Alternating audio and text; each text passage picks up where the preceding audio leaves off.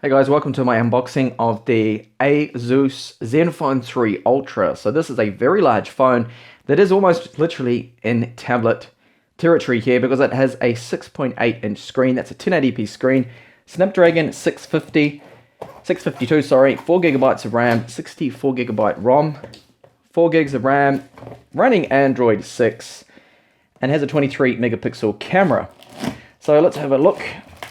See what we have in there. Now this particular model here just came out in Taiwan literally about a week ago, and you can only get it by actually importing it in from Taiwan at the moment. I'm not sure on the global release dates of this when exactly it's going to be coming out, because I've had no contact with ASUS. They have not replied to any of my emails expressing my interest to review one of their review units, so I had to go ahead and just buy this one myself. So it should be sealed up according to the seller. I did ask them not to open it, not to touch it, and it is, which is good to see. And there we have the packaging. So very plain looking kind of packaging, black box there with the Zenfone 3 Ultra there. So you can see there that it is the ZU680KL model. So we'll just get the protective shrink wrap off the outer and get this thing unboxed.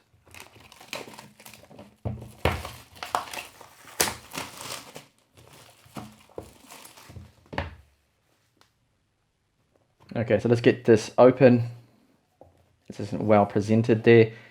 You can see it does have that spiral effect there on the top of the case like they do with the ASUS notebooks. They have that design there. So there's a phone. I will put that down for just a minute and have a look at the accessories here. So there's, it's like, okay, no, this, obviously, yes, okay, that slots out.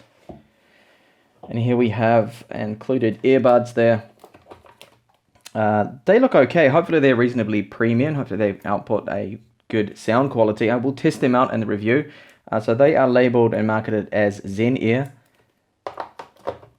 Here is the charger. You can see 2-prong US style. And that does have ASUS logo on the front. And let's have a look at what it's rated to. So we have along here 5 volts 2 amps, 9 volts, or 9 volts 2 amps. So that's using the MediaTek Pump Express for rapid charging. And this will obviously be instruction leaflet or something like that. Okay, there we go. We've got the SIM tray tool. I will be needing that shortly. And we just have a few instructions and whatnot there. So I will just put that to a side as well. So here we have a label. Okay, that's got the Type-C, so USB to the Type-C there for charging the cable. Alright, so to get this out of the way and have a look at the phone itself. So we see that it has a fingerprint scanner there at the bottom. There's the recent apps and back button. Front 8 megapixel facing camera. And I will just get it out of this wrap. Just completely rip it out of this.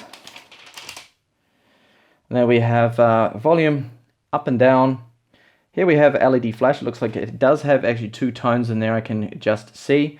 And they do have infrared focusing assist there. So they should call it like a tri-assist because it does have a color correction sensor in there. We have phase detection, autofocus, and then that laser or infrared there to help with the camera. And just along this side here, there is the power on button. And we do have a SIM tray. So we've got SIM 1, SIM 2, or, hang on, what did it say along here? Or the micro SD card slot. And the earpiece ambient light sensor along there. Nothing on the left side. The build of it, actually, that feels really good. Quite nice in hand. Does have a quite a premium feel to it. And along the bottom, there are, apparently, I think these are dual speakers, microphone, and of course the Type-C in there for data and charging.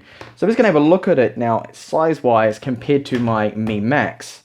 And there's actually quite a bit in it. You can see right there that, yes, the Mi Max does actually look a lot smaller. Even the Mi Max, this has a 6.4-inch screen, and it's a particularly large phone, and I have been using this one as my main phone and enjoying it. But what I haven't been too happy about is going from a Samsung Galaxy S7 then to the 16 megapixel sensor on the Mi Max, I found the camera quality definitely to be lacking, and I'm hoping that the Zenfone 3 Ultra here will at least be a lot better there in the camera department. So you can see thickness of them, they seem to be very similar, but the build quality is far superior with the Zenfone here. That just feels so much nicer compared to my Mi Max that I have from Xiaomi.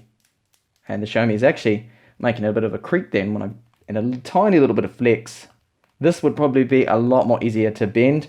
I don't think I will be doing any bend tests because I buy these mobile phones myself. I don't particularly like just destroying 500 or something or other US on mobile phone. So have a look at how much it weighs and the thickness of it. I get my trusty scales in here. Sorry, I just need to tweak my exposure settings there on the camera.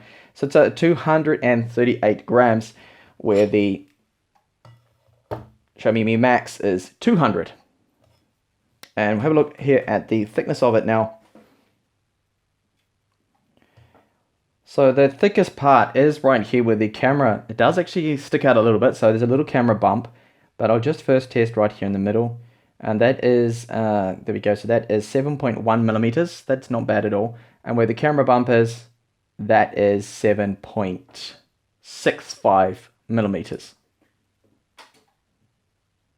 I almost forgot that the top does have a 3.5mm headphone jack. It's good to see they are not forcing you to use Type-C audio, and that is a secondary microphone that will be used for noise cancellation and stereo recording in video. Okay, so this is just powering up now. And I just noticed that the click of the front home button there and the fingerprint scanner doesn't feel too bad at all. It has a nice feel to that. It doesn't feel tacky, doesn't feel cheap. So that's what obviously come up first in an Asian language there for me. So I'll just go along here and, oops, I went right past it. English, go through the first setup here. Input method, wow. It's got a lot of options there.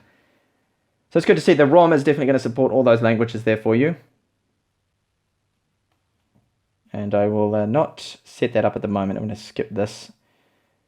If it will let me just skip this ahead, yes, I think I will just go ahead. And hopefully this doesn't have a lot of bloatware. What I haven't been particularly happy with ASUS recently when I got the Zenfone 3 was the amount of bloatware that they cram on this was just absolutely ridiculous. They just filled it and flooded it with so much bloatware.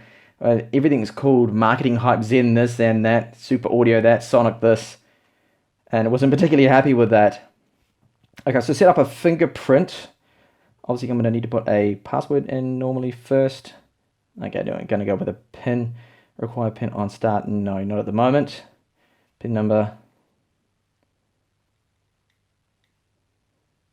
And we'll try now to set up my finger, so see how that works. So it's just doing a vibration there to confirm that it's reading my finger there. And obviously I'm going to need to do that 10 times or more. Okay, that is now set up. And register, no, thank you, don't want all this. Wow, there's a lot to go through here to get this thing set up. Drive, no, don't want that. Set up complete, finally, that's good. All right, so let's have a look.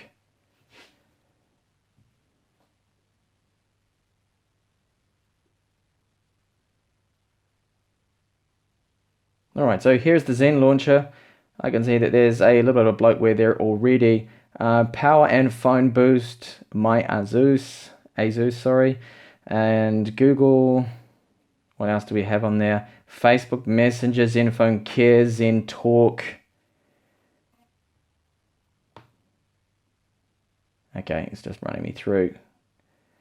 So yeah, there's quite a few bloaty applications on the Instagram. There's actually really a lot. Amazon Kindle, most of the stuff. Hopefully we can remove some of this, because that's what really annoyed me when I had the Z phone.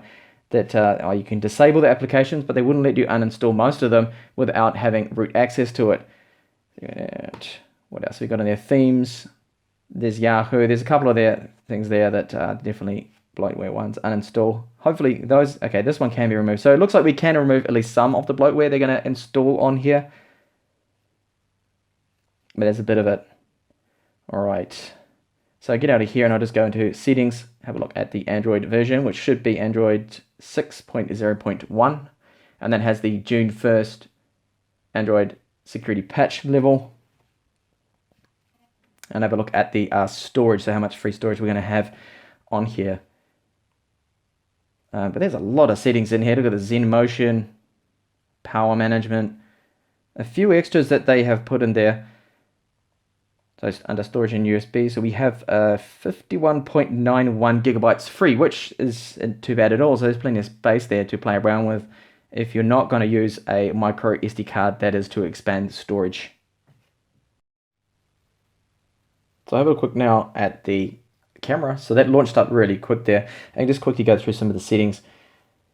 So here we have camera settings. You can change the white balance, ISO, exposure, optimization. I'm not too sure what this is. Manual off. Okay, that lets you change the contrast, saturation, sharpness, noise reduction, backlight, everything there. So there's a lot of tweaking that can be done. Camera resolution. So it is a 4:3 aspect ratio sensor, but you can shoot 16 megapixels, 16:9 if you wanted to. That is what is actually set by default. But I've changed that now to the 23 megapixels to get the maximum detail and sharpness out of my images that I'm going to be taking when I'm out and about. Image quality can be adjusted as well. There's more options here to do with, I think that's under video now. Video quality goes, of course, up to 4K, and you can also adjust other things here. So you've got an options between the preference of performance. You can either select video preference, performance or quality, or performance. I'm not really too sure what that's actually going to do. Focus and exposure, touch auto exposure off, smart brightness for the screen. There's a few different other settings on there. So the camera itself has comes up in automatic mode, so it's going to adjust all those settings for you, like your exposure, your shutter speeds and everything, but there is manual mode here. And doing that now brings up a lot of settings you can tweak. So you've got white balance, you adjust the white balance there. Your exposure as well can be adjusted there. ISO, that goes right up to 3200 and down to 50 being the lowest. Your shutter speed can be set, so a very fast shutter speed or very slow there. So you've got quite a good range there actually to have 1/1000th of a second there. And autofocus, manual or auto, can be tweaked there, and then the final button there will reset everything. So that isn't too bad. This button down here gives you access to the various different modes. So we have HDR Pro, beautification, super resolution, children mode as well, low light 5 megapixel. I will have to test that out and see what that actually does. I imagine it's going to it creates a downsized image. Maybe it combines various different photos to give the best lighting there. QR code, night, depth of field, effect, selfie, GIF animation. That could be handy for some people that like to do those animated GIFs there for social media. Slow motion, timer lapse, all smiles. I don't know what that actually would do. Is that going to give people artificial smiles? Perhaps. Smart remove. So there's lots of things there. So then we have super resolution. That apparently stitches up a whole bunch of photos to give you a 96 megapixel image, which is huge. So that's going to use various images there, and I will check that out in my full review and have some samples of that too, just to see how that performs, if it's worth it or not, or more of a marketing gimmick. I will just quickly take a photo here. I imagine that when you take a photo using this super resolution mode, you're going to have to probably have it on a tripod, because it's going to be combining various images, and if you're moving, it will probably give you a blurred image. So that's processing, that's quite slow. And let's have a quick look if I zoom in here, whether that has captured more resolution or not. That's hard to tell. I have to go outside and take a few images that it's going to capture a lot more detail than just the plain old box here. And if I go back in just to the normal auto mode and see if the shutter speed, how that is. So that seems relatively quick, doesn't seem too bad there. But as mentioned, I'll be going out soon now and I'll be taking some photo samples and some video samples there, 4K 1080p, and I'll be uploading those shortly, so keep an eye on the playlist for those. So just having a closer look at the screen here, it is covered by Gorilla Glass 4 and it's a 1080p screen. And I can see that, yeah, it looks really good. Doesn't look bad at all considering. Now, it's not going to have the greatest pixel density, of course, being a 6.8-inch panel. But to me, I can't see any pixels. You're going to have to look really close to be able to see the pixels there. I'm just trying to get the camera to focus a little there. So there's a close-up. If you have a look at the Chrome logo there, yeah, you're going to have to look almost right up against the display to see any pixels there. And a Snapdragon 652, I think, is perfectly matched to this resolution. Probably not so if you were going to be using a Quad HD screen, then this would probably be asking for something a little more powerful like the Snapdragon 820. Then have a look at some of the settings too that we get along here. We get, so we have power and boost. So this is probably just one of those applications that just clears the memory to help boost the phone's performance. Personally, I don't really think we need those. There's a flashlight, of course. Super color, this is something to do with that Splendid application there. I tend to view some of this as just really marketing gimmicks, as just boosting the colors a little bit there. But the colors of the screen at the moment seem good. This is just my initial first impressions at the moment. Obviously wireless screens, all the normal standard settings you get there, the toggles that you get normally on an Android 6 phone. Calculator they even put right in there, auto start manager. And we do have quick access. There's also, I think here, an application to, there we go, we can go and change what we want in the quick settings option. There's a way to go along and tweak all of that. So there's quite a bit of customization you do get with the Zen UI that it does have on it. And I'll just turn back that super blue light filter as well. That's something that's quite handy too if you're going to be using the phone at night time. And apparently that doesn't keep you awake at night. It's going to help out because it gets rid of the blue light there. And one-hand operation. So you can reduce that and scale that to more like a 5.5-inch phone. I think that's about a 5.5-inch screen now that it's showing.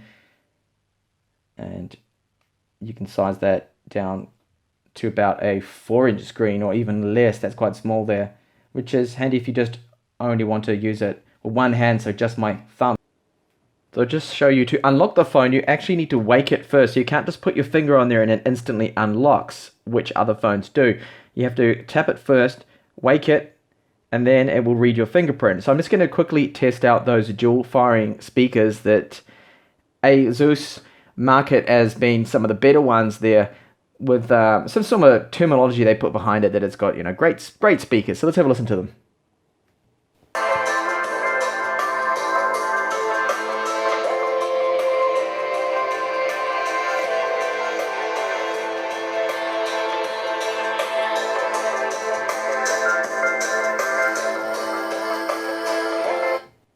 I don't know if the microphone's picking that up good, but they actually do sound quite good. That is loud, probably the loudest I have heard recently anyway on a mobile phone, and the quality of it does have a bit of bass in there. It is definitely leagues ahead of the Xiaomi Mi Pads one single speaker in there, because this one has two.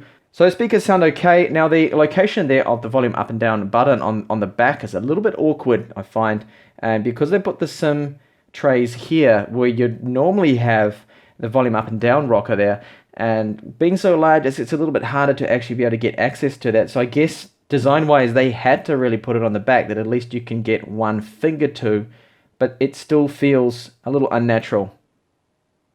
I just wanted to quickly add this in. You can see a bit of evolution of mobile phone sizes here, because on the left that is the Samsung Galaxy Ace, then we have the Samsung Galaxy S6, and now this is the Xiaomi Mi Max at the 6.4, and then here we have the Zenfone 3 Ultra with its 6.8-inch screen. Now this screen I think is 4 inches, and you can see, yeah, there's a really a big difference there, because the S6, that's going to fit into there.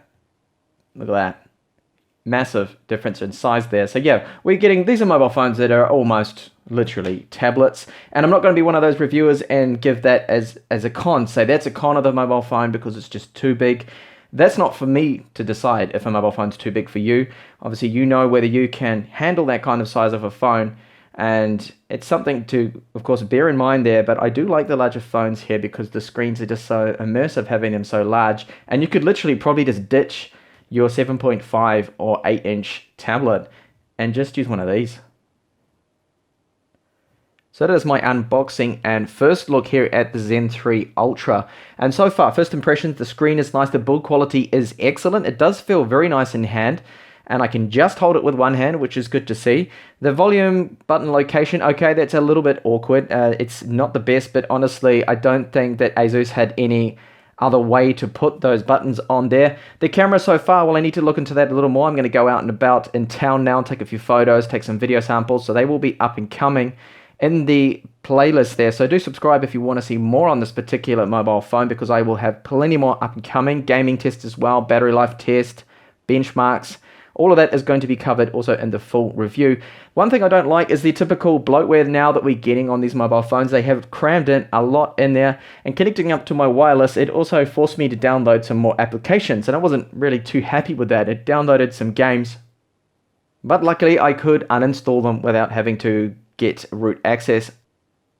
So as mentioned, there will be plenty more coming on this particular mobile phone here, and thank you so much for watching this video.